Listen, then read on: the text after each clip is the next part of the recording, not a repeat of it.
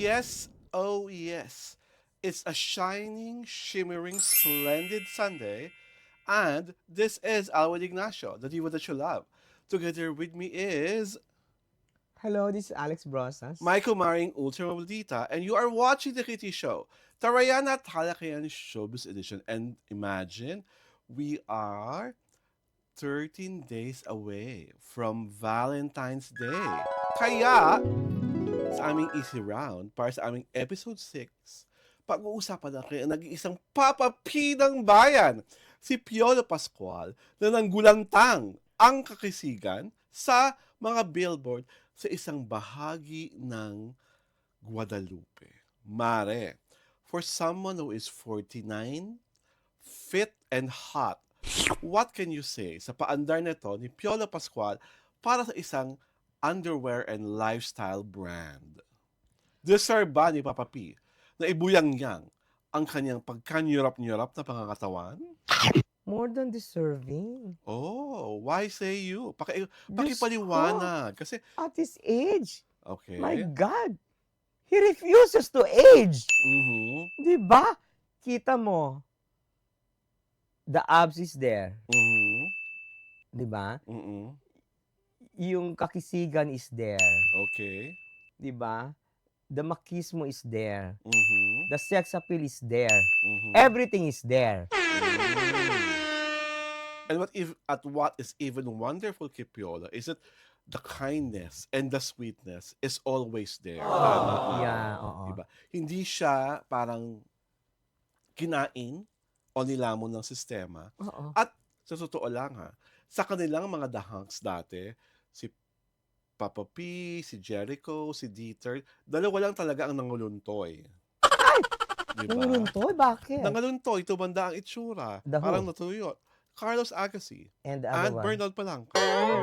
Diba? But Dieter Ocampo is Oo. still gwapong-gwapo. Mm-mm. Diba? At kakikita mo lang kay Papa Echo. Oo. Diba? Na mahal ni Janine Gutierrez. Oo. Tapos si Papa P talagang lives up to his title of being the ultimate heartthrob. Iba. Diba? Iba. Parang vampira, hindi tumatanda. Oo, diba? Di ba parang... Papa P, baka naman pwede mo naman i-reveal sa amin ang iyong mga skincare.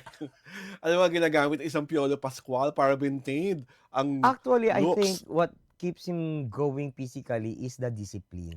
At, May disiplina siya sa food, may Mhm. disiplina sa exercise, Oo. may disiplina sa sa mga ginagamit niya sa Kung ano man katawan, ang sa ginagamit mukha. niyang Oo. skincare. Oo, meron siya nun eh. Mm-mm.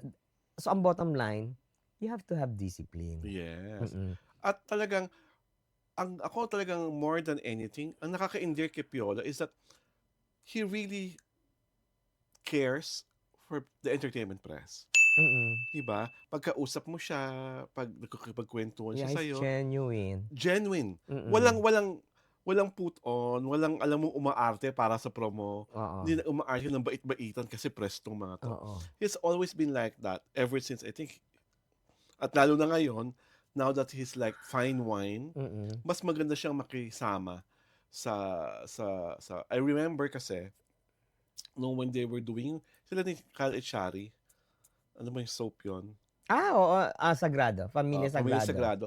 Parang, I don't know where you were that time. Nasa labas ako. I think Julie was also there. Nung pagkakita niya kami naghihintay or basta ewan ko nag-CR ka, nag-yosi rin kami. Sabi sa akin, Alvin, ano ginagawa mo dito? We were just waiting for Alex. Pag sabay-sabay kami, okay, ingat kayo. Meron siyang ganun. Yeah. May extra care. May extra mile of making you feel na, importante sa akin tong mga to. Mm-mm. Ito ang mga dahilan. Kasi, hindi pa uso social media noon, di ba? Talagang may mga ibang reporters na mas matanda sa atin. At saka when he helps you, ayaw niya ipagsabi mo. Yes. Ayaw na ayaw Alam niya. ko na meron siyang isang recipient na talagang natulungan niya, pero hindi ko pwedeng itago sa pangalang.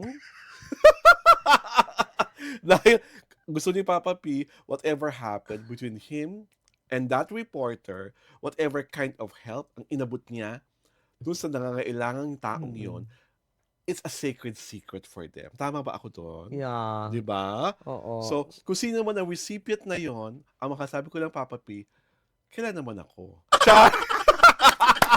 Aray ko. But I love him. Oo, iba siya. Mm. Sa lahatin mo ang artista ng mga male, iba siya. Oo, Iba siya. ako yung Kaya siguro, ano siya eh, blessed. blessed. Super blessed. Super blessed. Oo. And he has weathered all the intrigues and all the storms na pwedeng ibato sa kanya ng show And business. people defend him. Oo, and still standing, Oo. proud. At Iba ang maganda siya. kay Piolo, as he ages, yung body of work niya mas humuhusay. Diba? Mas pinagpipilian niya, mas pinag-aaralan niya. Yeah. Gusto niya ipakita sa mga tao na hindi lang ako pogi. Diba? Because if you've seen him in Manila's Finest, truly, Piolo Pascual is one of the finest actors that we have nowadays. He is the penultimate heartthrob. Yes. Siya yun. Siya, Walang iba. Sabi mo nga, lagi mo sinasabi, always say si Piolo Pascual, feeling ko ang the standard by which all heartthrobs and matinee idols are going to be measured. Siya lang talaga yon. And I'm very happy na flourishing ang career. Ang dami pa rin endorsements. Oo. Diba? At ang mga nagpo-produce na rin siya. Yeah. Diba? He was he's testing untested waters. Diba? Talagang tinatry niya, diba? Marami siyang he cannot be boxed in one area. Marami siyang napupuntahan. And that's what makes him busy, what makes him active, what makes him more creative. Diba? And I think it's really beautiful. Alam mo, tanging issue ko lang no, sa underwear collection na nakapalandra sa billboard sa Guadalupe. Papa P, bakit wala ka namang suot na parang sexy bikini brief. Lagi na lang lahat boxers. Wala man lang ako naramdamang pagbakat ni Felix. Ay! Ano ba yan? Sabi ko na nga ba? Papa P, saka wala man lang pakili-kili reveal. Ano ba naman, Papa P? Pinagdamot mo pa? Huwag ganon. Diba? Kung mapapakita na rin lang naman ng hubdan sa EDSA, itodo na. Hindi kasi, for you personal. Charot! Naku, Papa P, Diba? ha? Something that you will be amazed about. Wait. Oo, something that will jolt you. Na-imagine ko na pag meron kami personal encounter na gano'n ni Papa P, hindi ko kakayanin. Ay, aray ko. Ayun ang ano ko sa iyo. Ang challenge. Pagka yung ginagawa mong post doon sa mga scene na yan, sa mga ex na yan, So, sa mga Dantay Chan post. Oo. Yun na. The ultimate na yun. Alam mo kasi there's something kasi about Piolo Pascual na parang hindi ko kayang laswain. Diba? Kasi bakit lahat na lalaswa mo except him? Sabi mo nga, penultimate eh. Ang hirap niyang yung parang, Papa P. Penultimate harlot ka rin naman. Ay, hindi Diba? Ano ba? Hindi talaga. Hindi ko siya, yung parang malandi. Nahihiya ako kasi ang bait niya eh. Ibig sabihin no? Si XCP hindi mabait. Oo, diba? Parang Kaya pwede ko landiin. Oo, parang may you were alluding to diba? To something. Hindi naman. Basta there's something about Piolo Pascual that kailangan mo respetuhin. Kasi legend na siya. Diba? At his age. Iconic. Legend Iconic na siya. Iba na siya. Parang, parang mere mortal na parang pag ginano mo, ay parang Diyos na. Parang, bakla, tampalasan ka. Parang parang the mere fact na nakasabay mo sa photos di ba parang honor na yun sa'yo. Blessing ka na nun. Super the mere fact na tinawag ka by your first name. Di ba parang Saka parang sacrilegious pag ginano mo si Papa P. Parang, makla, mahiya ka. Walang gumagawa ng ganyan kay Piolo. Ikaw lang.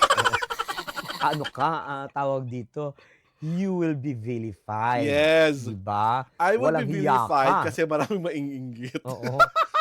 Walang hiya ka, walang bastusan. Parang, ewan ko, there's something just about him that you really have to look up to. So, parang hindi mo siya... Kasi he has a different aura. Oo, diba? Among the celebrities that lalo na in we person, met. actually you feel it eh. That aura, that authority, that this is the kind of person na dapat saan ang limits mo. Hindi ka... Kasi siya lang yung may ganun yata eh. Hindi ka aarte na. Na parang... Hindi ka pwedeng, kahit na close ka sa kanya, hindi ka pwedeng, di ba, clingy. Hindi ka pwedeng, di ba? Kasi, napatungan ko na ng kamay ng tiyan ang some of the biggest actors, Ding Dong Dantes, Dennis Telio, Tom Rodriguez, Sian Lim, Paolo Avellino. Pero, I think even Congressman Yul Servo, napatungan ko ng kamay. Pero si Papa P, talaga, No touch ako. Naku, parang ano, Gusto ko lang siyang ganunan. extreme challenge na Punasan, sa'yo. tapos pag-antanda. Papa P. Aray ko. Diba? Salamaste. Salamaste! Aray ko, But, day. Piolo Pascual, thank you for loving the entertainment press, people. Yeah. We owe you that. Thank you for the respect. Kaya ganoon na rin lang ang admiration, ang respetong ibinibigay namin sa'yo. Ito po si Alwin Ignacio, ang diva that you love. Kasama ko ang aking kumaring Ultra Maldita. Hi, this is Alex Brosas. Ito po ang The Kitty Show, Tarayan at Talakayan Showbiz Edition. And this break is brought to you by Meralco, ang liwanag ng bukas. SM, we've got it all for you. Union Bank, it starts with you. Usapang OFW is the show that honors the journeys of our modern-day heroes, our OFWs. Join Chingby Fernandez, John Dodson, and Rafi Ayang every Tuesday and Thursday at 3 p.m. to hear the real stories behind the sacrifices. Watch it live on Daily Tribun's Facebook page, Tribune Now on YouTube, and Daily Tribune Official on TikTok. Want to hear from thought leaders shaping our world? Straight Talk with Chito Lazada and Ted Montalibano dives into leadership, politics, and business every Wednesday at 10 a.m. Catch conversation live on Daily Tribune's Facebook page, Tribune Now on YouTube, and Daily Tribune Official on TikTok.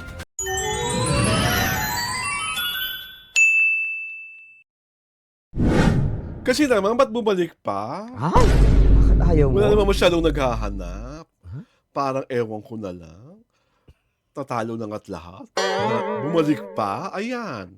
Ang nangyari tuloy, ito po muna si Alwin Ignacio, the diva that you love. Kasama ko ang aking kumaring Ultra Maldita. Hi, this is Alex Brosas. Ito po ang The Kitty Show, Tarayan at Talakayan Showbiz Edition. Of epic proportions na ang chika na sa kauna-unahang sigwada ng palatuntunan ni Ginoong Willie Revillame, puro raw ito kapalpakan. How true, Mare? Ano ba ng mga balita na mga palpakan sa bagong palatuntunan ni Ginoong Willie Revillame na sa online platform mo lang naman napapanood? Kasi there was parang thread sa isang website na yung opening number pa lang, salita siya ng salita. Okay. Kanta siya ng kanta. Walang audio. Oh my gosh. Parang, ha? Walang audio. Kailan nila na-notice na walang audio? 30 minutes na eh. 30 minutes lang umaarangkadang yung show. Umaarangkada yung show. Sa opening number pa lang, ha? Tapos walang audio. Walang naririnig. Walang naririnig pa nakatuto ka sa online platform. Oo, kaya, naluray ba, Yun ang sabi, ha?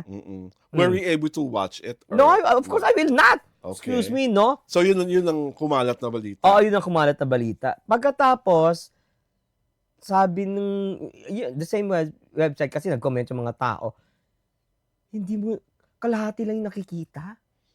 Kalahating nakikita sa screen ng... Sa screen. Kunwari, marami sila, may dancers, may mga backup dancers. Yung kalahati lang nun nakikita. Sa screen. Sa screen. When it should be whole, di ba? From head to toe, dapat nakikita mo. Para kagaya ng sa atin. Kalahati lang daw. Tapos so may technical issues pa. Oo, tapos may ginamitan daw ng drone, pumalpak yung drone. Because? Paano pumalpak? Yung parang hindi lahat nasako, parang may nabangga pa nga na something, sabi nilang gano'n. Yung parang, kumbaga, di ba kasi yung drone, tawag dito, it takes special skills, di ba? Para maiwasan yung mabangga, makuha mo yung tamang di ba? Kasi drones are usually aerial. So, kumusta naman ang drone, Mara? Anong balita doon? Yung drone nga daw, kinunang, syempre, uso-uso ngayon ng drone, di ba? Usually, di ba, aerial. Nabangga-bangga daw. Yung drone. So, sino yung technician nun? The expert? Kaya nangyari yung mga gano'n? Yun na nga, parang kasi, ang sabi kasi marami daw tinanggal sa show. Kasi yung ng mga crew Okay. kasi there was parang run-through ng pilot episode. Run-through lang to parang rehearsal lang yan. Na talagang naka-video na tumalak si Mr. Revillame. Revillame na si Willie na nako, sabi niya, parang papalitan ko kayong lahat. Ay, yun? Pwede ba yun? Papalitan mo yung lahat? Pwede Hindi naman, mangangapa ka? Pwede naman kung meron siyang mga naka-standby na people Oo. in mind and not for all. Yung ano nga ang contention nila, kasi yung mga dating nakatrabaho na umalis na sa kanya, parang Ayaw na bumalik. oo, tsaka hindi parang nasa ibang ano na, Ibang ibang bansa programs. na, ibang programa na. So, kung you will get them, parang you will have to wait for the contract to expire, parang Oo. gano'n. Kung 3 years ang kontrata, 3 years ka pa maghihintay. Okay. Yun ang sabi ng mga netizens. So question, do you think it's a wise decision for him to air his show online? At hindi sa free TV? Only kung perfect yung online platform niya. Kung walang mga walang mga glitches. Walang delay, walang at saka only kung disimulado na yung programming niya. Kumbaga walang glitches, wala nang mga kapalpakang ganon. 'Di ba? Kumbaga kasadong-kasado na. Oo. Cohesive na. Oo, yung parang it was like before na pag inere, malinis na, yung ganon. Kaso ito, tapos alam mo ba latest chismis? Tinapat na. Saan? Sa Itbulaga at saka sa It's Showtime. Well, as far as pagtatapat nila sa Itbulaga at It's Showtime, kung sa online platform, I hope Mr. Revuliame is aware na ang It's Showtime at ang Itbulaga, meron ring online platform. Aside from the free TV. Oo. So, ako sa akin, ang magbe-benefit naman lagi sa tapatan na yan, audience Yeah. So, pagkakaalaman dito, kung sa online platform, meron talagang pool ang bagong show ni Kuya Will versus the established shows like Itbulaga and the most popular of them all, which is Showtime. Kasi talagang, ang It's Showtime talaga ngayon ang noontime variety show na pinapanood ng lahat, kahit sa anong platform. Yeah. Whether it's free TV at lalo na sa online. Ang Itbulaga has their loyal share of audiences sa free TV at maganda rin ang digits nila online. But not as big as, of course, It's Showtime. Oo, kasi from the very beginning ng TV5 nila excursion ng Itbulaga, never nilang tinalo sa rating. Hindi. Tanggap na naman ng Itbulaga yun, di ba? As we've discussed before.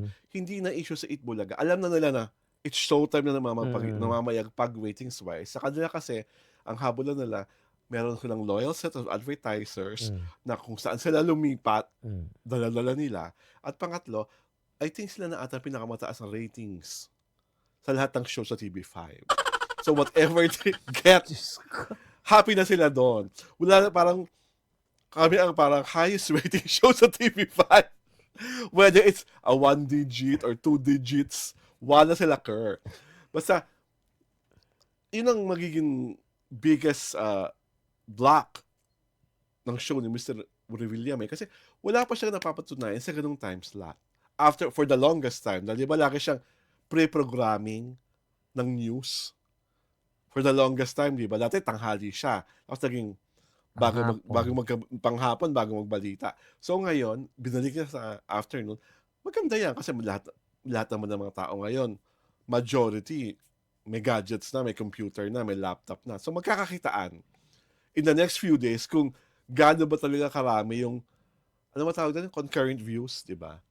Oo, pero kasi, ang problema dito, hindi mo siya mapapanood. Sa YT? Saan mo siya mapalabas? Sa channel niya. Kasi, may may raffle component. So parang dapat sasali ka sa raffle and you will watch the show.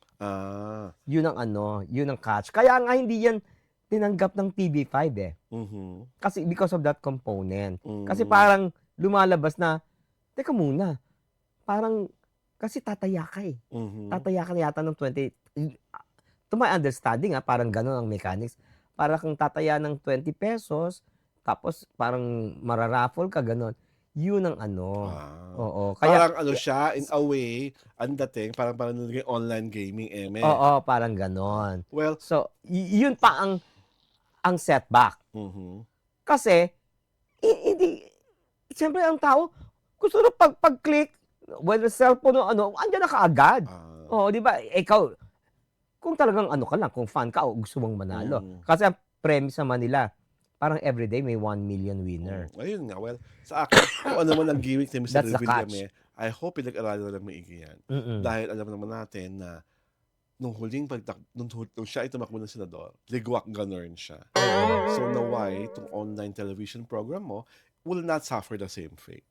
Mm-mm. I'm sure pinag-isipan nyo yan ng lahat ng mga taong kinonsulta mo, kaya biglang nagkaroon ng ganyang component ng iyong show. Yeah. Diba? Saka it's something new. O, diba? If it makes it, then good. If it doesn't, then go back to the drawing board and do something else. Ito lang naman yun eh. Kasi talaga naman lalo na ang kalaban mo, talagang heavy gut. Oo, tsaka hindi. Kasi parang ano siya eh, parang naging ano siya, naging online gaming, entertainment, variety show. Kumaga, halo-halo yung show niya. Halo-halo na, naging ano siya. It's a mixture of everything. Di ba? Well, kasi nga they're trying to test the waters. That is something, parang, ang premise dyan, we're offering something new. If this clicks, then everybody happy. At Pag saka hindi, yung catch nga eh, parang may winner na 1M. Di ba? well, we just hope as days go by, hindi na ganun kapalpak ang mga kapalpakan sa bagong programa ni Ginoong Willie Revillame. Kaya dahil dyan, ito po si Alwin Ignacio, ang diva that you love. Kasama ko ang aking kumaring Ultra Maldita. Hi, this is Alex Brosas. Ito po ang The Kitty Show, Tarayan at Talakayan Showbiz Edition. This break is brought to you by Meralco, ang liwanag ng bukas. SM, we've got it all for you. Union Bank, it starts with you. Usapang OFW is the show that honors the journeys of our modern-day heroes, our OFWs. Join Chingby Fernandez, John Dodson, and Rafi Ayang every Tuesday and Thursday at 3 p.m. to hear the real stories behind the sacrifices. Watch it live on Daily Tribune's Facebook page, Tribune Now on YouTube, and Daily Tribune Official on TikTok. Want to hear from thought leaders shaping our world? Straight Talk with Chito Lazada and Ted Montalibano dives into leadership, politics, and business every Wednesday at 10 a.m. Catch conversation live on Daily Tribune's Facebook page, Tribune Now on YouTube, and Daily Tribune Official on TikTok.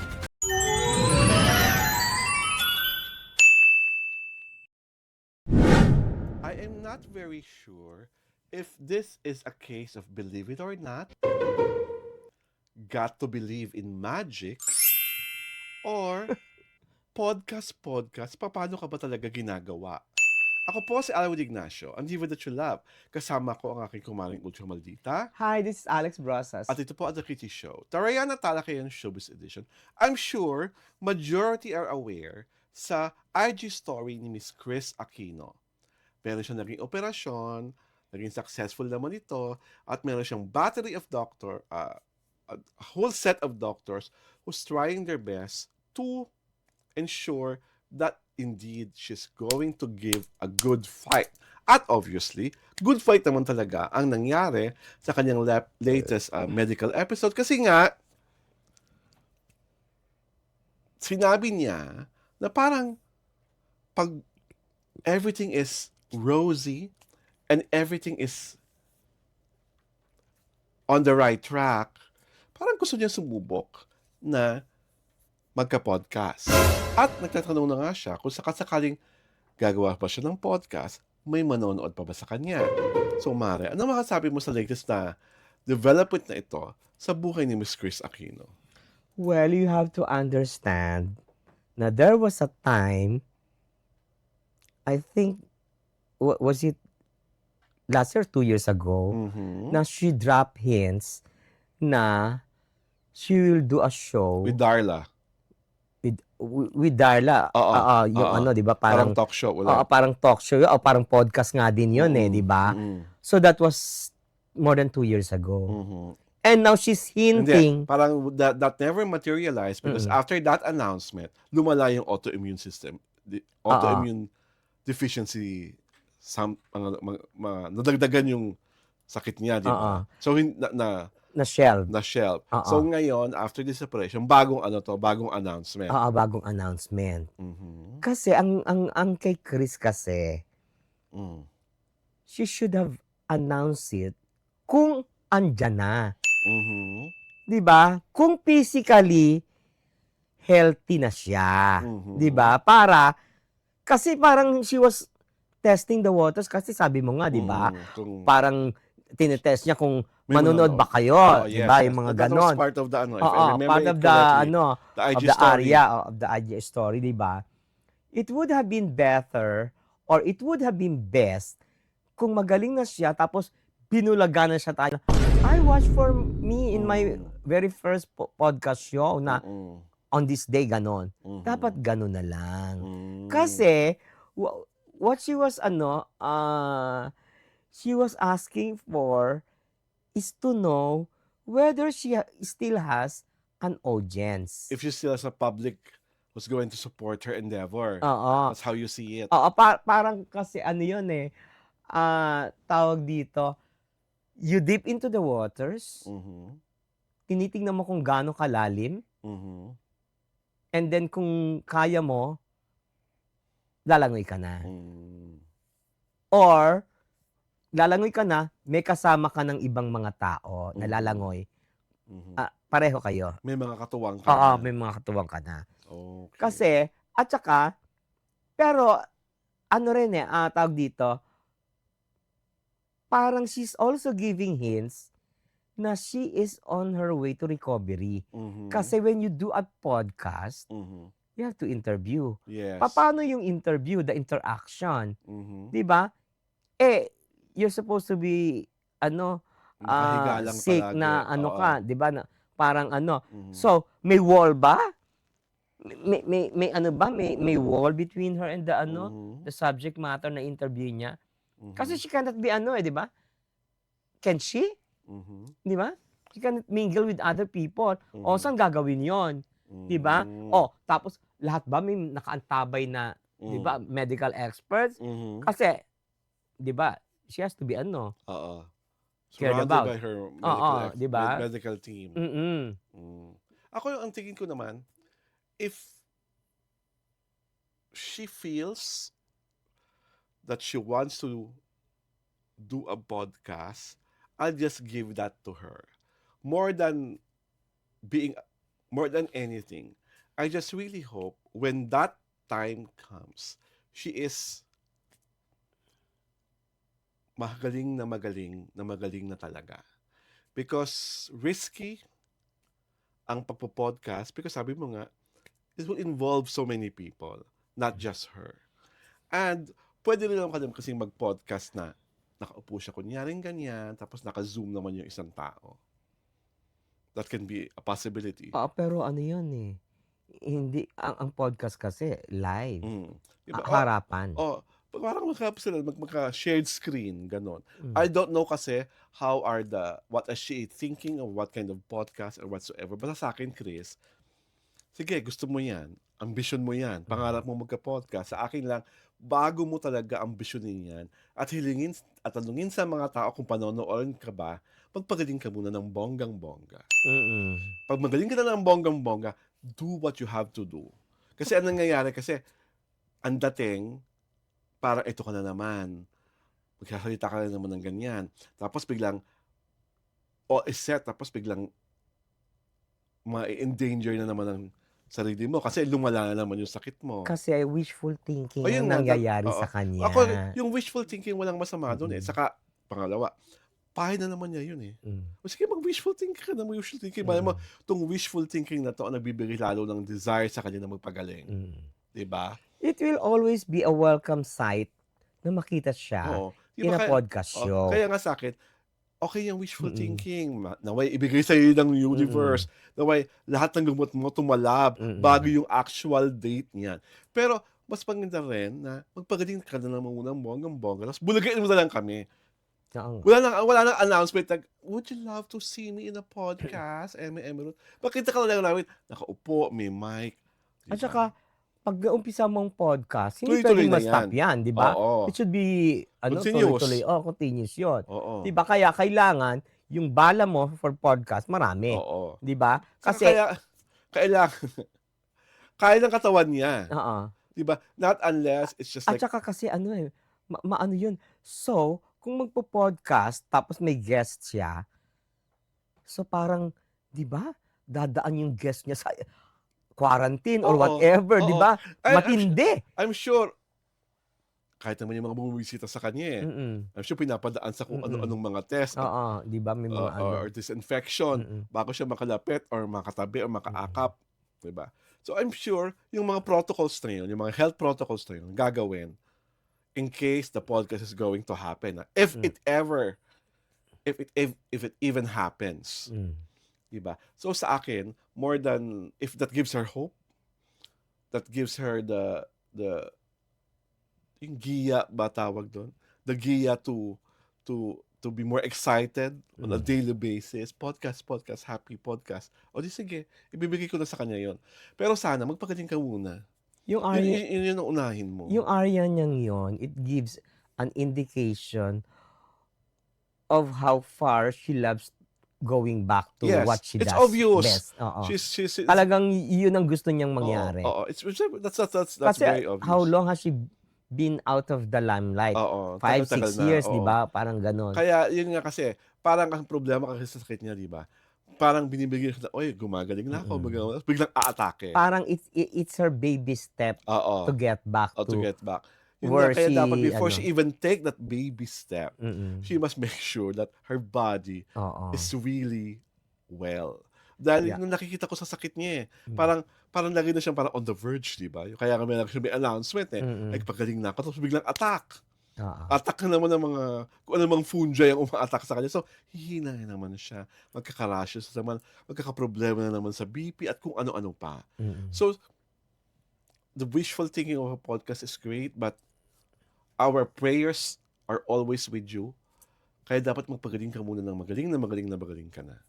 You can actually, maybe, in her mind, the podcast is already happening. Isulat niya na lang muna if she can write or you can dictate the ideas to her staff, di ba? At saka for sure talagang dudumugin yung podcast niya. Mm. Kasi ang tagal niya nawala di Oo. ba? Tsaka alam mo naman si Chris, interesting Oo, personality. tsaka lalo na if she's going to talk about her medical journey Mm. and on how to have hope, Mm. to cling on to that hope. Dahil nga, we all know na hindi na pambihira ang kanyang karamdaman. Yeah. Diba? So we pray for you, Chris, that this podcast happens in the nearest future. But what is most important, be well, get well. This is Alwad Ignacio, the Divo that you love. Together with me is my kumaring Ultra Maldita. Hi, this is Alex Brosas. And we are inviting you to watch the TV show every Saturday and Sunday at 4 p.m. You can watch us at our YouTube channel, Jari Turada, and of course, our Facebook page. Happy Sunday to all and advance Happy Valentine!